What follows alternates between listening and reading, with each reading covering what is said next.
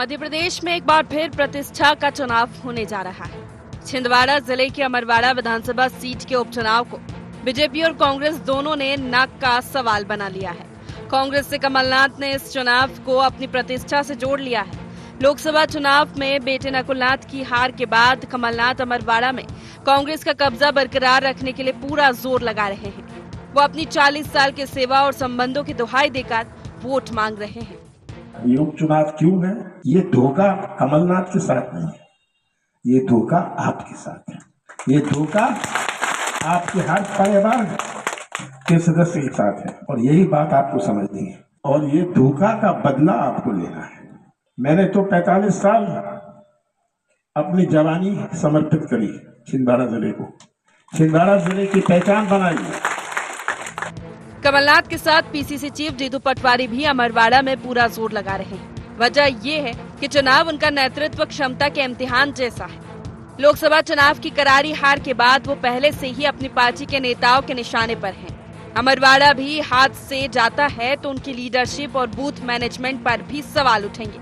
यही वजह है कि जीतू पटवारी भी लगातार छिंदवाड़ा में कैंप कर रहे हैं। वो दल बदल को बड़ा मुद्दा बना रहे हैं। इसलिए गए कि बीबी पे लोक आयुक्त चल रही है, इसलिए गए कि कुछ न कुछ राजा जी को मिला ही होगा। अब वो खर्च होगा आप पे, आपको पैसे बांटे जाएंगे, बहुत सी बातें होगी, कार्यकर्ताओं को मैनेज किया जाएगा, सबको जानते तो हैं। पर हमारी माँ है, हमारी पार्टी, अपनी पार्टी हारेगी, अपनी माँ हारेगी और हमारा पूर्व विधायक है वो हमारी माँ को हराने के लिए हमसे सौदेबाजी करेगा तो हमारे में से कोई करेगा।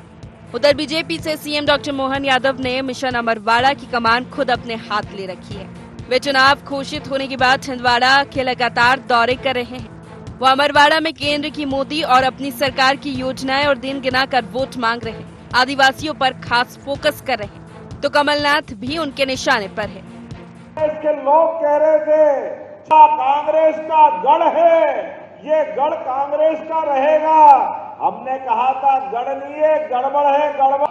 इस आदिवासी अंचल में मैं डंके की चोट ये बात बोलना चाहता हूं। अरे जिनने अंग्रेजों के खिलाफ भगवान बनकर के आदिवासियों ने देश की आजादी की लड़ाई लड़ी, वो भगवान के रूप में जीते जी भगवान के नाते से पहचाने वाले बिरसा मुंडा का सम्मान अगर किसी ने किया है तो नरेंद्र मोदी जी की सरकार ने किया। हमें इस बात का गर्व है। हम अगर अपने आदिवासियों के ऐसे महापुरुषों को याद करते हैं तो कांग्रेस के लोग कहते हैं इसकी जरूरत क्या है। वाह भैया वाह, इनकी जरूरत नहीं है, आपके एक खानदान को माथे पे बिठाते रहो। हमने छिंदवाड़ा मॉडल, विकास का मॉडल, छिंदवाड़ा में इतना विकास किया कि छिंदवाड़ा को दूसरों को लाके दिखाते थे। अब आप बताओ छिंदवाड़ा में इतना विकास किया, विकास किसका हुआ? एक परिवार, दो कुटकी को लेकर के आने वाले समय में 4,290 रुपए क्विंटल कोदो कुटकी खरीदने का काम हमारी सरकार द्वारा किया जाए। अभी तक एमएसपी नहीं थी, सरकारी स्तर पर न्यूनतम समर्थन मूल्य की खरीदी नहीं थी। हमारी सरकार ने तय किया ये न्यूनतम समर्थन मूल्य पर कोदो कुटकी रागी ये भी हम खरीदने का काम करेंगे गरीब आदिवासियों की जिंदगी बनाने के लिए। मध्य प्रदेश देश भर में बीजेपी का मजबूत गढ़ बन चुका है। 2 दशक से भी ज्यादा समय से सूबे में बीजेपी की सत्ता है तो लोकसभा सीटों में उसने क्लीन स्वीप कर रखा है। लेकिन छिंदवाड़ा एक ऐसा जिला है जहां वो पूरी तरह अपना कब्जा नहीं जमा पाई।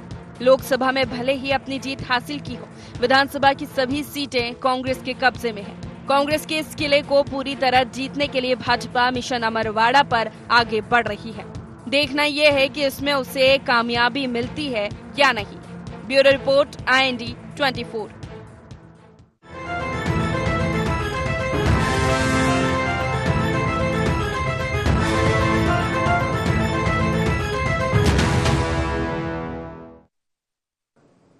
नमस्कार, बहुत स्वागत है आपका IND एजेंडा देख रहे हैं आप। मैं हूं आपके साथ प्रशिता शर्मा। अमरवाड़ा को फतेह करने की जंग है। एक बार फिर प्रतिष्ठा का ही चुनाव है। दोनों राजनीतिक दलों ने अमरवाड़ा में जमावड़ा लगाया हुआ है। कांग्रेस कमलनाथ के साथ पीसीसी चीफ जीतू पटवारी चुनावी मैदान में है, तो ये उपचुनाव कमलनाथ की प्रतिष्ठा का चुनाव है। लोकसभा की हार के बाद पूरा जोर लगा रही कांग्रेस अपना कब्जा बरकरार रखने के लिए दल बदल को बड़ा मुद्दा बना रही है। तो वहीं पिछले चुनाव की तरह बीजेपी ने सीएम डॉक्टर मोहन यादव ने ही अपने ऊपर पूरी जिम्मेदारी ले रखी है। सरकार की योजनाएं गिनाकर आदिवासियों पर फोकस कर कमलनाथ को निशाने पर लेकर जनता को साधने की पूरी कोशिश की जा रही है। चर्चा करेंगे मिशन अमरवाड़ा पर, लेकिन उससे पहले जान लेते एजेंडा के पॉइंट्स क्या है। किसके हाथ आएगी अमरवाड़ा की सीट? अपना किला बचा पाएंगे कमलनाथ? डॉक्टर मोहन यादव का मिशन होगा पूरा? दौड़ेगा डबल इंजन का विकास मॉडल की होगी जीत? तो इन्हीं मुख्य सवालों के साथ चर्चा की शुरुआत करेंगे। खास पैनल हमारे साथ जुड़ रहा है, परिचय आपका करा देते हैं। गुंजन चौक से हमारे साथ जुड़ रही है भाजपा से मीडिया पैनलिस्ट गुंजन चौक से जी जुड़ गई हैं, और वरिष्ठ पत्रकार योगीराज योगेश जी हमारे साथ जुड़ गए हैं। आप दोनों ही मेहमानों का बहुत स्वागत है। गुंजन जी, सबसे पहला सवाल आप ही से है कि सीएम डॉक्टर मोहन यादव ने कमान संभाल रखी है, मिशन अमरवाड़ा पर रहे, 2 दिवसीय दौरा रहा, जनसभाओं को संबोधित उन्होंने किया, फोकस रहा आदिवासी पर, कमलनाथ निशाने पर रहे। देखिए प्रशिष्टा जी, इसमें देखिए जो मैं अपनी बात की शुरुआत करूंगी हमारे मूल मंत्र से, भारतीय जनता पार्टी का सबका साथ और सबका विकास, और इसी को चरितार्थ करता है भारतीय जनता पार्टी का हर एक जो भी कार्य करने की प्रक्रिया है। जिस तरह हमने देखा पिछले 40-45 वर्षों में छिंदवाड़ा अछूता रहा था, और क्यों रहा था? क्योंकि वो कांग्रेस का गढ़ नहीं, वो परिवारवाद के गढ़ से ग्रसित था। वो अगर किसी ने तोड़ा है तो इस बार लोकसभा चुनाव में जनता जनार्दन ने तोड़ा है, और जो प्यार और समर्थन जनता जनार्दन ने दिया है, बस वही भारतीय जनता पार्टी की ताकत है, और भारतीय जनता पार्टी उसी ताकत को लेकर फिर से इस उपचुनाव में उतरी है। आप देख रहे हैं जिस तरह हमारे डॉक्टर मोहन यादव ने भी कमान संभाली है, हमारे माननीय अध्यक्ष बीडी शर्मा जी ने कमान संभाली है, ये ताबड़तोड़ वहां पे रैलियां कर रहे हैं, सभाएं कर रहे हैं, और सभाएं किन लोगों को संबोधित कर रहे हैं? हर वर्ग को। वहां हर वर्ग के लिए काम हो रहा है, सम्मान के लिए काम हो रहा है, चाहे गरीब कल्याण हो, युवा कल्याण हो, किसानों का कल्याण हो, या महिलाओं के सशक्तिकरण के लिए काम हो रहा है। जो सभाएं हो रही हैं, वो जो संगठनात्मक बैठकें हो रही हैं, वो आप देखिए किन की हो रही हैं? वो सामाजिक संगठन के साथ हो रही है, वो व्यापारिक संगठनों के साथ हो रही है, वहां पे जो बुद्धिजीव हैं उनके साथ भी बैठकर ये सारी सभाएं हो रही है, ताकि वहां की जो एक्चुअल परेशानी है वो पता की जा सके, उस पर समाधान निकाल जा सके। जिसे मैंने कहा ना, सबका साथ, सबके विकास के साथ साथ सबके प्रयास और सबके विश्वास में भी यकीन रखती है भारतीय जनता पार्टी, और वही कर रही है। ये एक आदिवासी बेल्ट है, तो वो आदिवासी के लिए भी हमेशा से भारतीय जनता पार्टी ने काम किया है, और वो उनके लिए सर्वोपरि रहे हैं। रोटी कपड़ा मकान की बात तो सब करते थे आदिवासी के लिए, लेकिन आदिवासी के अधिकार और सम्मान की अगर किसी ने बात की है तो भारतीय जनता पार्टी ने की है। जिस तरह आप देख रहे होंगे कि 15 नवंबर को हम गौरव दिवस के रूप में मनाने लगे, ये एक बहुत बड़ा सम्मान आदिवासी समाज के लिए जो शुरुआत की गई है, ये भारतीय जनता पार्टी की उस सोच और उस नीति, उस नियत को दर्शाती है कि ये मुख्य समाज की धारा में ही आने वाली जाति है। आदिवासी हमारे समाज का एक मुख्य धारा का एक वो वर्ग है जिसके लिए काम करना बचा है, जिसके लिए विकास करना है, जिसको समानता देना है, जिसके लिए कांग्रेस से प्रवक्ता अमित तावड़े जी भी जुड़ गए हैं। अमित जी, बहुत स्वागत है आपका खास चर्चा में। जिस तरह गुंजन जी कह रही हैं कि कैसी तैयारी है उपचुनाव को लेकर, क्या फोकस है, कमलनाथ पर निशाना साधा जा रहा है, आदिवासियों पर फोकस किया जा रहा है, तो आप भी दल बदल का मुद्दा खूब भुना रहे हैं। देखिए, मध्य प्रदेश में जो एक अभूतपूर्व आशीर्वाद मध्य प्रदेश की जनता ने जो भारतीय जनता पार्टी को दिया है, कई वर्षों से हम ये सुन रहे थे डबल इंजन की सरकार है।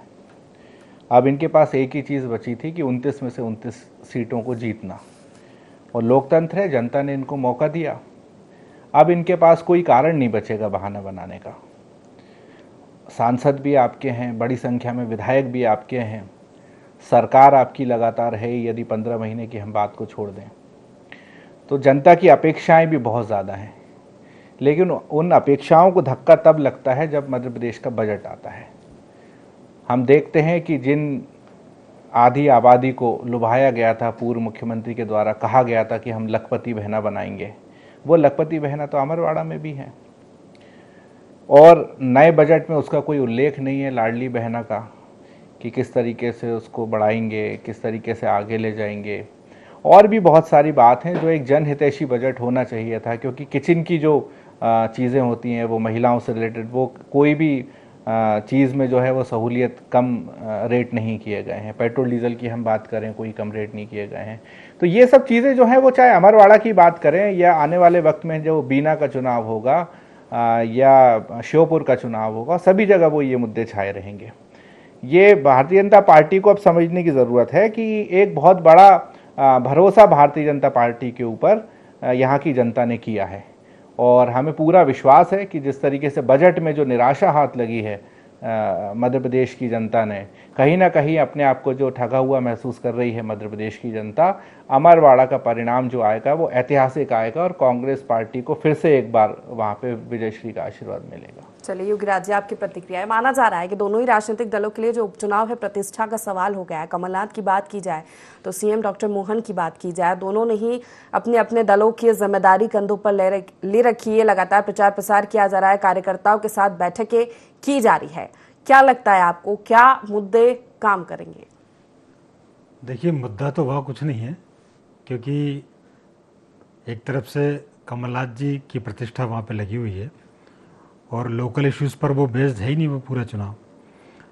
ये तो उपचुनाव में कोई दम नहीं था, लेकिन ये इसलिए दमदार हो गया कि वहाँ पे कमलनाथ है और यहाँ पे मुख्यमंत्री हैं, तो ये सबसे प्रतिष्ठापूर्ण चुनाव बन गया। बाकी इन उपचुनाव में कोई बहुत ज़्यादा ऐसा कोई मुझे नहीं लगता, लेकिन इन सबसे बड़ा अमरवाड़ा का चुनाव इसलिए चर्चा हो रही है कि कांग्रेस ने जिस तरीके से वहाँ तैयारी की है, पूरी कांग्रेस वहाँ जुटी हुई पिछले 3-4 दिनों से। जीतू पटवारी भी वहाँ गए, वहाँ के लोकल लीडर्स भी वहाँ काम कर रहे हैं और कमलनाथ जी के साथ टाई अप करके काम कर रहे हैं। मतलब एक ही मैसेज ये देने की कोशिश की जा रही है कि इस मामले में तो कांग्रेस एक है। और ये बात भी सही है कि अभी 3 दिन पहले तक की देखा जाए तो बहुत बढ़िया तैयारी कांग्रेस की नज़र आ रही थी और कर भी रहे हैं। लेकिन अब जब भी 2 दिन से वहाँ मुख्यमंत्री ने डेरा डाला है, कल भी वो वहाँ थे और विभिन्न वर्ग के लोगों से उन्होंने बातचीत की। वो व्यापारियों के बीच भी वहाँ गए, आदिवासियों के बीच भी वो वहाँ गए और आदिवासियों के साथ बैठकर तो उन्होंने खाना भी खाया। तो एक थोड़ा सा माहौल, एक ऐसा मैसेज वहाँ गया कि कुछ ना कुछ मुख्यमंत्री के वहाँ आने से एकदम से माहौल थोड़ा सा पलटा। लेकिन चूंकि ये त्रिकोणीय मुकाबला है, अक्सर चुनाव आमने सामने के होते हैं, 2 पार्टी के होते हैं, लेकिन अमरवाड़ा का भौगोलिक परिदृश्य थोड़ा सा बदला हुआ है और वहाँ पे जो एक इम्पोर्टेंट जो रोल प्ले कर रही है गोंडवाना गणतंत्र पार्टी, ये बड़ा, इसको आप वोट कटाऊ पार्टी नहीं कह सकते, ये बड़ी प्रभावशाली पार्टी उस इलाके की। अब कहा यह भी जा रहा है कि दोनों दल उनको गोंडवाना गणतंत्र पार्टी को कहीं ना कहीं एडजस्ट करने के मूड में या कहीं ना कहीं उसके साथ तालमेल करके कोशिश कर रहे हैं कि उनका जनाधार हमें मिले।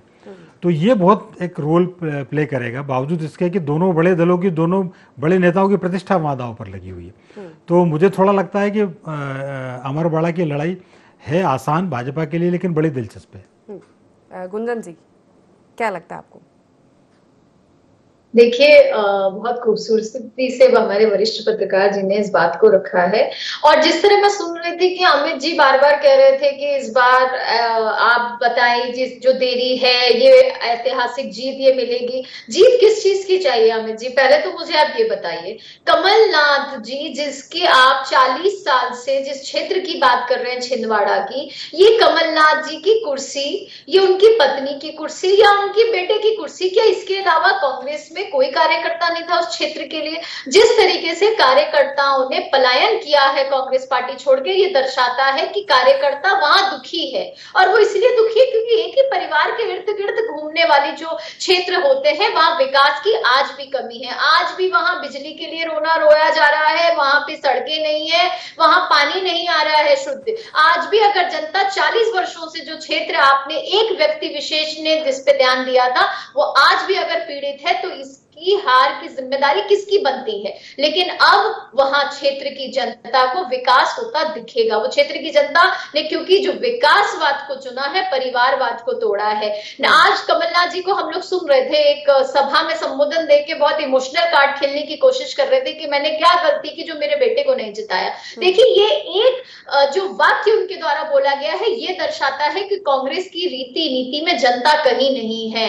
पिताजी अपने ऊपर जिम्मेदारी लेते हैं, प्रतिनिधि लेकिन उनका बेटा है। इनके प्रतिनिधि ने क्या किया, आप मुझे बताएं। नकुल नाथ जी ने उस क्षेत्र के लिए क्या किया जो वहां की जनता उन्हें जिताएगी। जनता जनार्दन देश की समझ चुकी है कि विकास पे काम भारतीय जनता पार्टी कर रही है। वो आदिवासी बेल्ट के नाम से जाना जाता है। अगर हम उपचुनाव की बात करें तो वहां का जो आदिवासी है, आप बताएं प्रशिष्टा जी, आज आदिवासी को सम्मान किसने दिलाया है। आज हम कितने अनगिनत ऐसे एग्जाम्पल्स हैं, रेलवे स्टेशन से हम शुरुआत करें, हम सागर यूनिवर्सिटी पे आए, हम कितनी जगहों पर देखे जहां आदिवासी के नाम पे सम्मान दिया जा रहा है, जहां पे उनको जननायक मान के उनका सम्मान दिया जा रहा है। ये दर्शाता है कि भारतीय जनता पार्टी आदिवासी के हित की पार्टी है। और वही कमलनाथ जी की जब सरकार बनी थी 15 महीने की 2018 में, उन्होंने आदिवासी की महिलाओं के लिए एक हितकारी योजना चलती थी, 1000 रुपए उनके खाते में जाते थे। उन्होंने सबसे पहले आके मुख्यमंत्री बनते से ही उस योजना को बंद किया था।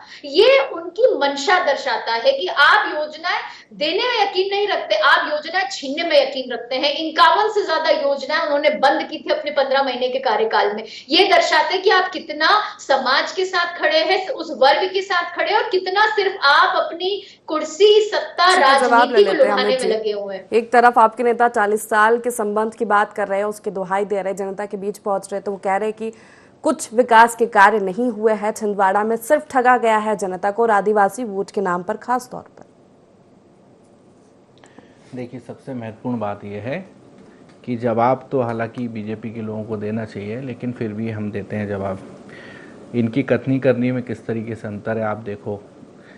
छिंदवाड़ा में तो इनको परिवारवाद नज़र आता है कि कमलनाथ जी, फलाने जी, उनके बेटे जी, उनकी धर्मपत्नी जी, लेकिन जब गुना में एक भारतीय जनता पार्टी का एक सामान्य सा कार्यकर्ता एक लंबे परिवारवाद के खिलाफ जाकर जनता उसको जिताती है, अगली बार ये लोग उसका टिकट काट देते हैं, उसको कहीं का नहीं छोड़ते।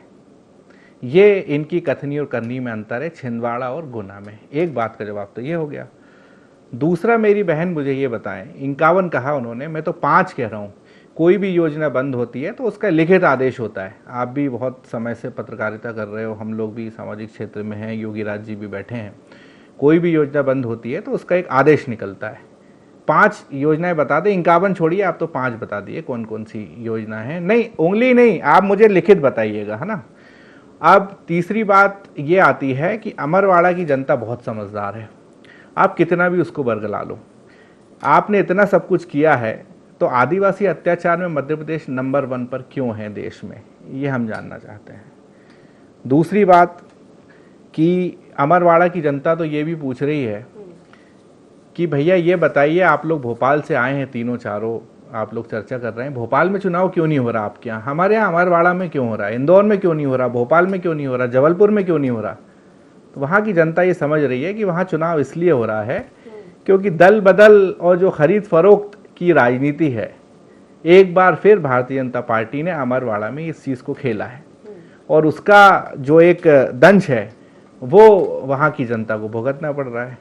तो पूरे देश में जिस तरीके से ये लोग बोल रहे थे, अब की बार 400 पार, अब की बार ऐसा होगा वैसा होगा, लेकिन जनता ने इनको 240 पे आके रोक दिया। अब स्वयंभू इनको अपने आप को भले ये नेहरू जी बता लें, क्योंकि नेहरू जी तो तीसरी बार में भी कितना बहुमत लेकर आए थे ये सबको पता है, और इनकी तीसरी बार में क्या दुर्गति कर दी है तमाम ईडी सीबीआई सारे दमन के बाद भी। तो हमें पूरी उम्मीद है कि मध्य प्रदेश में भी आशा की किरण है। मध्य प्रदेश की हमारी जनता बहुत समझदार है। 2018 में हमको मौका दिया था, एक बार फिर लंबे संघर्ष के लिए हम लोग कि आप अपने कार्यकर्ताओं को नहीं संभाल पाए, तो जनाधार आपको कहाँ नजर आ रहा है? देखिए प्रेषिता, ये बहुत अच्छा सवाल है आपने किया। इसका एक बहुत अच्छा सा जवाब मैं आपको देता हूँ। आपका चैनल है और मैं कांग्रेस पार्टी का एक कार्यकर्ता हूँ।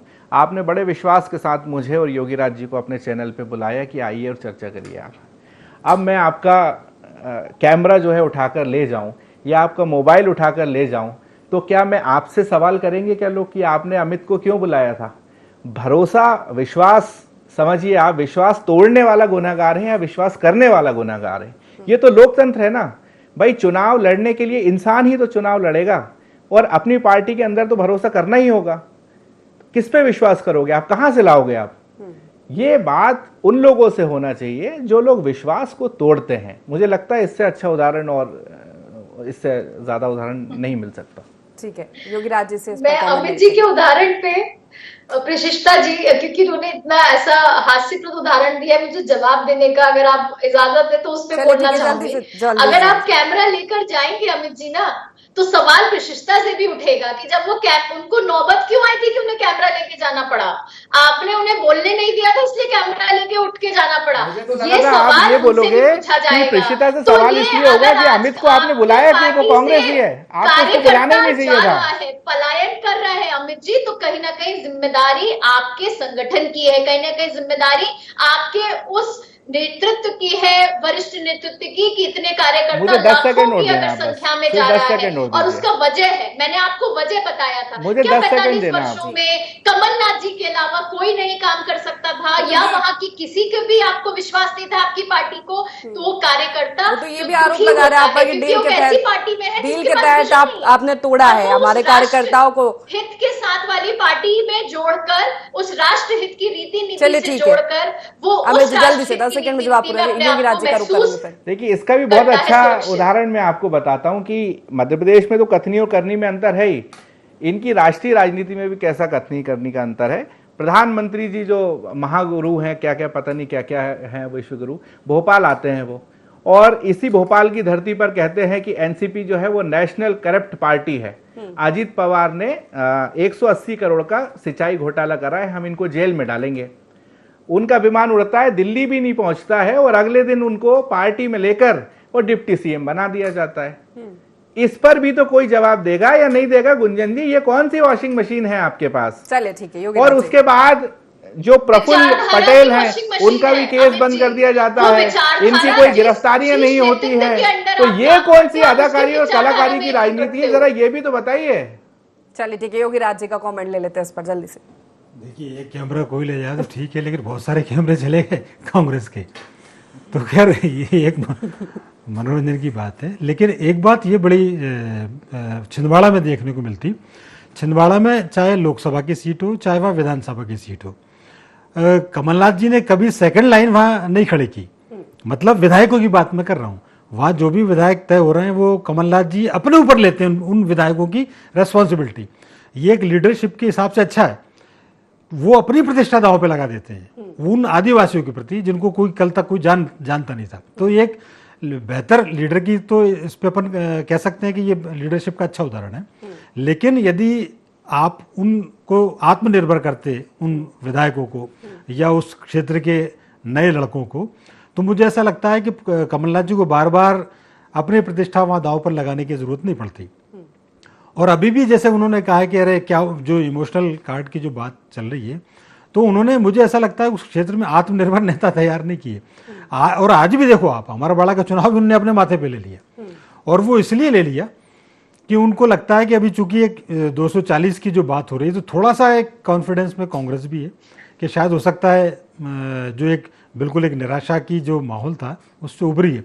लेकिन मध्य प्रदेश में चूंकि 29 की 29 सीट बीजेपी जीती है, तो मोहन यादव ये बिल्कुल नहीं चाहेंगे कि ये जो एक टेम्पो बना है वो कहीं ना कहीं वो जो मोमेंटो जो बना है उसको बरकरार रखा जाए। तो इसलिए मैं कह रहा हूँ कि और इन दोनों के बीच में एक जो तीसरी थर्ड फोर्स है वो अमरवाड़ा में बड़ा इंटरेस्टिंग रोल प्ले कर रही है। तो मामला वहाँ का बड़ा दिलचस्प मुझे शुरू से ही नजर आता है, और इसमें रोल प्ले कर रहा है गौंडवाना गणतंत्र पार्टी। अब देखते हैं ये आने वाले दिनों में परिणाम क्या नजर आते हैं, क्या परिणाम होंगे। समय की कमी है चूंकि, लेकिन ये दिलचस्प होने वाला है उपचुनाव, क्योंकि जिस तरह की तैयारी दोनों ही राजनीतिक दलों की देखी जा रही है कि जोर शोर से मैदान में है। बहुत शुक्रिया आप तीनों मेहमानों का हमारे साथ इस चर्चा में शामिल होने के लिए। तो जिस तरह अमरवाड़ा का उपचुनाव होना है, समय बहुत ही कम बचा है, दोनों ही राजनीतिक दल जोर शोर से चुनावी मैदान में डटे हुए हैं, जनता को साधने की पूरी कोशिश की जा रही है, तमाम तरह के मुद्दे हैं, लेकिन एक बार फिर जनता को ही तय करना है कि क्या सही है और क्या गलत। तो एजेंडा में फिलहाल इतना ही। आप बने रहिए IND24 के साथ। नमस्कार।